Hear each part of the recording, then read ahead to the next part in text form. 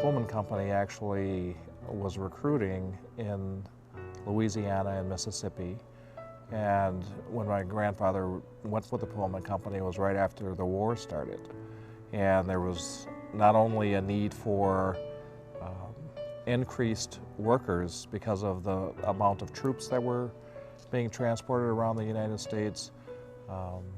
His main goal was to be with that company because of their recruitment. And it was an opportunity to do something that would allow him to see the country and that he would not have the opportunity to do.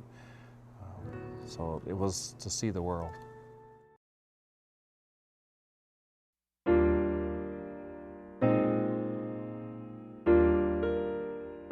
Every Sunday, or whenever he would come into town, we would go pick him up, rather than he ride public transportation home. Or if he was going out of town on the road, we would take him to the train station.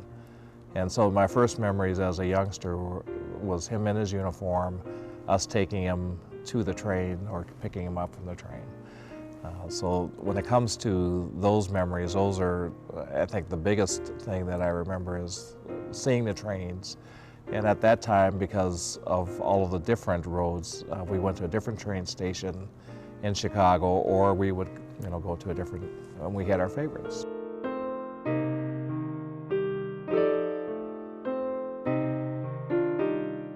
My grandparents, from all of my memories, is that my grandfather was gone for 4 days or a week, and he was home for 4 days.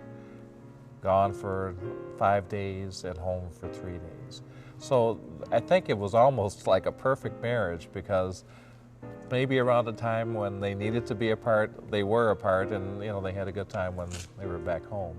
But one of the things that as growing up, and I just remember when he would visit us, and we would always spend time with him, he would do something special every time. I mean, we would go to ball games with my grandfather because he loved baseball.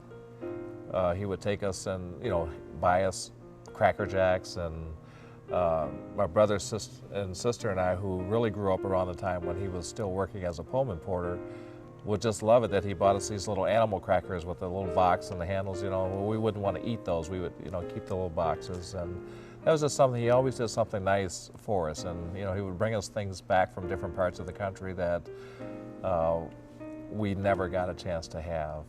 So it was pretty neat, and how he is such a funny guy. He had a great sense of humor too. So.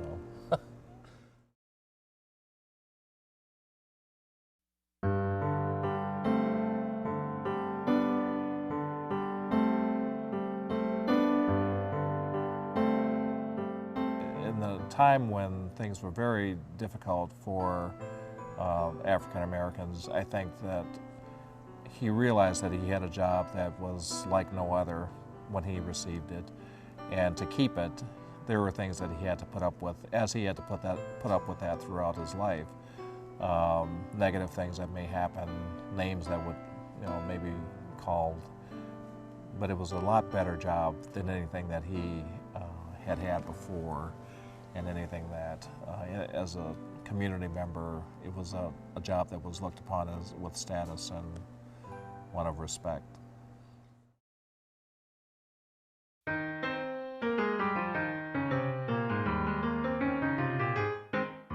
My grandfather had some favorite routes that he talked about, and he talked about them a lot. The ones to New York were always ones that he talked about, and we always were excited because we would send things to my cousins, and we would get things back from them when he went to New York on either the Broadway Limited or the 20th Century Limited. So those were special trips that he liked. His favorite route, though, was on the Canadian Pacific that went from Chicago to Vancouver, and it went through Banff National Forest. So if you've ever seen the Canadian Rockies and you've ever been in Alberta, Canada, in the Canadian Rockies, you would understand why he thought that was one of his favorite, because it's just one of the most beautiful places in the world. And the other was taking the California Zephyr, which was, I think, on the I'm not sure of the line, but it still runs to this day. They still call it the California Zephyr, but it goes from Chicago to Denver, goes through the Moffett Tunnel into Winter Park, and then ends up, I think, in California someplace. But so the status trips, I think, were ones like going from Chicago to LA on the Santa Fe, taking the Super Chief or the Chief, or the El Capitan, which was one of his other favorite trips, and going through the desert, because he had an opportunity to go in every state, with the except for Alaska, I think, and there were no trains going to Hawaii.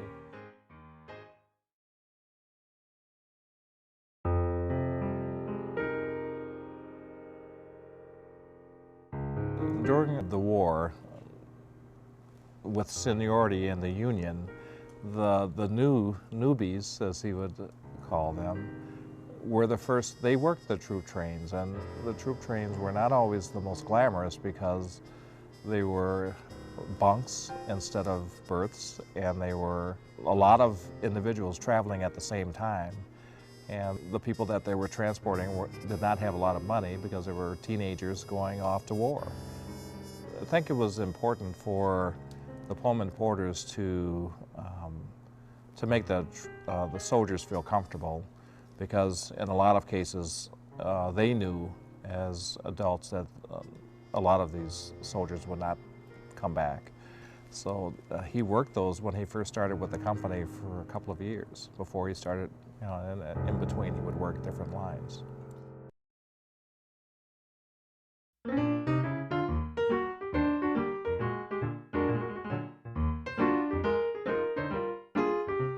Father was a very positive person, and I think he did have very great passengers that he talked about, that he served on trains, and ones that he liked that were really, ones when he saw on the train, they requested him, to be on his car if he was there. But then others, that he felt it was a bad run if he had a passenger that just gave him a hassle from Chicago to Los Angeles or from Chicago to New York, and demanding. But it was one that part of the service was to be able to service everyone.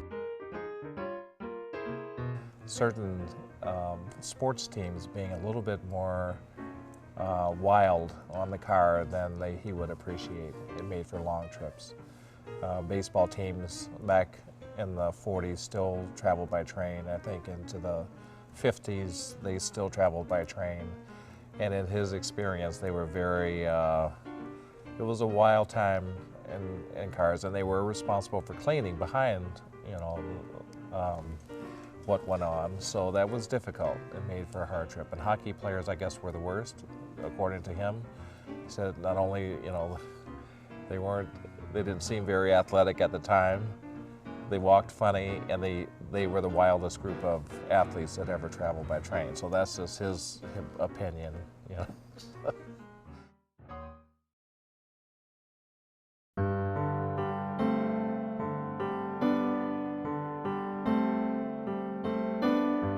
A. Philip Randolph, in my grandfather's eyes, was one of the greatest men on this earth, because number one, he had done something for black men that no one else had done, and that is to give them a union where there was no other African American union in the United States. So to be the first at that and to be a part of it, he looked upon him like he was gold. He was like the person that created this opportunity for all of these, for himself and for his fellow employees.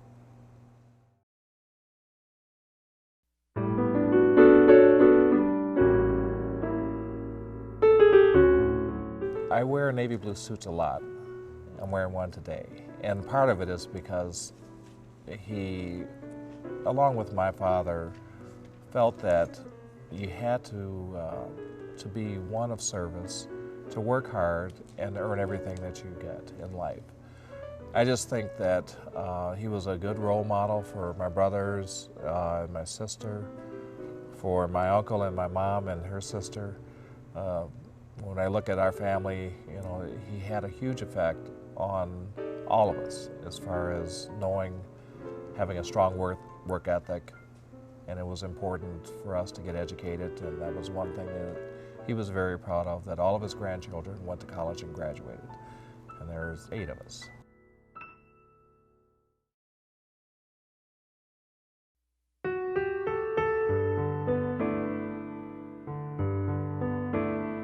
He was a man of strong principles, that he was well respected by his family and his community.